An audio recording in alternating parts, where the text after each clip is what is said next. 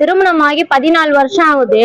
நானும் கொஞ்ச காலமா நானும் எங்க வீட்டுக்காரரும் பிரிஞ்சிருந்தேன். 6 வருஷம் ஆகுது. இந்த 6 வருஷத்துல 2 வருஷம் என் பொண்ணு அவங்க வீட்டுல இருந்தது, எங்க மாமியார் வீட்டுல இருந்தது. 2 வருஷத்துல 9 மாசம் ஆகுது ஏஜன் அட்டன் பண்ணி. சரிங்களா, இந்த ஏஜன் அட்டன் பண்ணதுல இருந்து என் பிள்ளைக்கு செக்ஸ் டார்ச்சர் கொடுத்திருக்கா. சொந்த அப்பனும் பெரியப்பனோட பிள்ளையும், அதாவது அண்ணன் முறையாவது அவனும் அவனோட அப்பனும் 2 பேரும் சேர்ந்து என் பிள்ளைய தேவையில்லாத அங்க எங்க டச் பண்ணி பேட் டச் பண்ணி எல்லாமே அநியாயம் பண்ணிட்டாங்க. 4 நாள் ஞாயிற்றுக்கிழமை நைட்ல இருந்து ஸ்டேஷன் கைமா அலைஞ்சிட்டு இருக்கோம். இது வரைக்கும் ஒரு ஆக்ஷனா எதுவுமே எடுக்கல, எந்த நியூஸும் வெளியே வரல. இப்ப இத்தனை பத்திரிகையாளர்களும் எப்படி நான் நியூஸ வெளியே தெரியப்படுத்தணும் அப்படின்னு சொல்லிட்டு இத்தனை பத்திரிகையாளரை வர வச்சு இவ்வளவு மும்முரம் பண்ணதுக்கு அப்புறம் அங்க இருந்து போன் வருது, இங்க இருந்து போன் வருது. இத்தனை போலீஸ் இப்பதான் அந்த ஹாஸ்பிட்டல் வாசல் வருது. அப்ப இத்தனை 4 நாளா நான் ஸ்டேஷன்ல அலைஞ்சதுக்கு என்ன பிரயோஜனம்? சொந்த அப்பனே சொந்த அண்ணனே இனிமே புள்ளைய சித்திரவதை பண்ணி இனிமே அநியாயம் பண்றானே, இந்த அநியாயத்துக்கு ஒரு நியாயம் இல்லையா? ஒரு நீதி கிடைக்காதா? இன்னும் எத்தனை நாட்கள் தான் இந்த பெண்கள் இப்படி அநியாயத்துக்கு பாடுபட்டுட்டே இருக்கிறது? இதுக்கு ஒரு விடிவு காலமே வராதா? இதை பார்த்துக்கிட்டு இருக்கிற எல்லா அதிகாரியுமே சரிங்க சார், ஒரு பெண்களுக்கு ஒரு பாதுகாப்புக்கா இருக்கணும் தான் உங்களை தேடி வரும். ஒரு அலக்களிக்காதீங்க சரிங்களா? பொறுத்திரு காத்திரு அப்படின்னு எந்த ஸ்டேஷன்லயுமே சொல்லாதீங்க.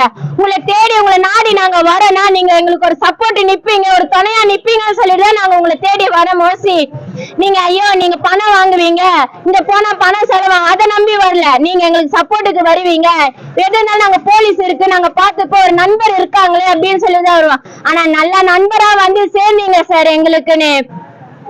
எனக்கு என்ன வார்த்தை சொல்லுங்க டாக்டர் அம்மா, என்ன காரி முயிறாங்க தெரியுமா? ஏமா இந்த அநியாயம் நடந்திருக்கு, இன்னுமா நீ பொறுத்துட்டு இருக்க? பொங்கி எழ தேவையில்லையா? அவனை கண்ணந்துணமா வெட்ட தேவையில்லையா நீ அப்படின்னு? ஒரு பிள்ளைக்கு தாய் மாதிரி அம்மா இருக்க நீ. 4 துண்டு அவனை போட்டுட்டு உள்ள போய் உட்காருமா, அதுக்கப்புறம் நாங்க வெளியே எடுத்துக்கிறோம் அப்படின்னு இங்க இருக்கிற டாக்டர் அம்மா சொல்றது. அப்ப போலீஸ் நீங்க என்ன பண்ணுறீங்க? குற்றம் உங்க மேலே நான் சாட்டுறேன். அப்ப குற்றவாளிக்கு நீங்க உடனே இருக்கீங்களா? புகாருக்கு எந்த நடவடிக்கையுமே எடுக்கலைங்க சார். 4 நாள் ஆயினா புகார் கொடுத்து எந்த நடவடிக்கையுமே இல்ல. உள்ள இன்ஸ்பெக்டர் அம்மா இருந்தாங்க. இன்ஸ்பெக்டர் அம்மா இருந்துகிட்டே ஒருத்தவங்க சொன்னாங்க இன்ஸ்பெக்டர் அம்மா இல்ல, வெளியே போயிருக்காங்க, மீட்டிங் போயிருக்காங்க, அவங்கள பார்க்க போயிருக்காங்க, இவங்கள பார்க்க போயிருக்காங்க, இப்படி பொறுத்துடு காத்திருன்னு சொன்னாங்க. அப்படி இருந்தா அவங்க பேச்ச கேட்டுட்டு வெளியே உட்காந்துட்டு இருந்தேன். நேரம் கடந்துட்டே போது அந்த பிள்ளையால வயிறு வலி தாங்க முடியல. அதுக்கப்புறம் நான் என்ன பண்ணேன், திரும்ப உள்ள போய் மேம் நீங்க கம்ப்ளைண்ட் எடுத்துக்கிறீங்களா இல்ல நான் எதனா பண்ணிக்கிட்டோமா அப்படின்னு நான் மிரட்டினதுக்கு அப்புறம் ஒரு வெத்து பேப்பரை கையில நாய்க்கு புற துண்டு வீசுற மாதிரி என்ன புடி போய் கம்ப்ளைண்ட் எழுதிட்டு வா பாக்கலாம் அப்படின்னு சொல்லிட்டாங்க. நாங்க என்ன பண்ணுது அப்புறமேட்டு ஒரு கம்ப்ளைண்ட் எழுதி அப்ப கூட 2 பேரோட நேம் சேவ் பண்ணேன். 2 பேரை மென்ஷன் பண்ணதில்ல, ஒருத்தர் நேம் விட்டுட்டு ஒருத்தர் நேம் ஒண்டிதான் கம்ப்ளைண்ட் எடுத்துக்கிட்டாங்க. அது கூட என்ன சொல்றாங்க, அண்ணன் தானே கால்ல விழுந்துட்டானே மன்னிச்சு விட்டலாமா, அப்பன் தானே ஒரு வாட்டி வார்னிங் பண்ணி நம்ம அனுப்பலாமா, எதுக்கு சார்? அப்ப அந்த புள்ளியாம செஞ்சு எதனா பண்ணி சாவடிச்சிட்ட பிறகு மன்னிப்பு கேட்டா விட்டலாம், வார்னிங் பண்ணி விட்டலாம். அப்ப ஒவ்வொரு வாட்டியும் இதை இவனுங்க தப்பு பண்ணினே இருப்பானுங்க, மன்னிப்பு கேட்டுருவானுங்க, விட்டுடணும். அப்படிதானே? இதுக்கு எனக்கு ஒரு நல்ல தீர்ப்பு முடிவே சொல்லுங்க சார்.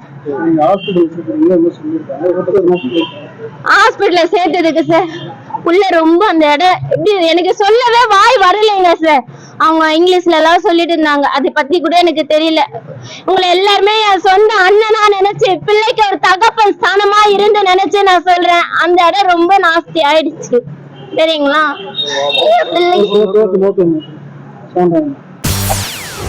செய்திகளை உடனுக்குடன் தெரிந்து கொள்ள உடனே சப்ஸ்கிரைப் பண்ணுங்க.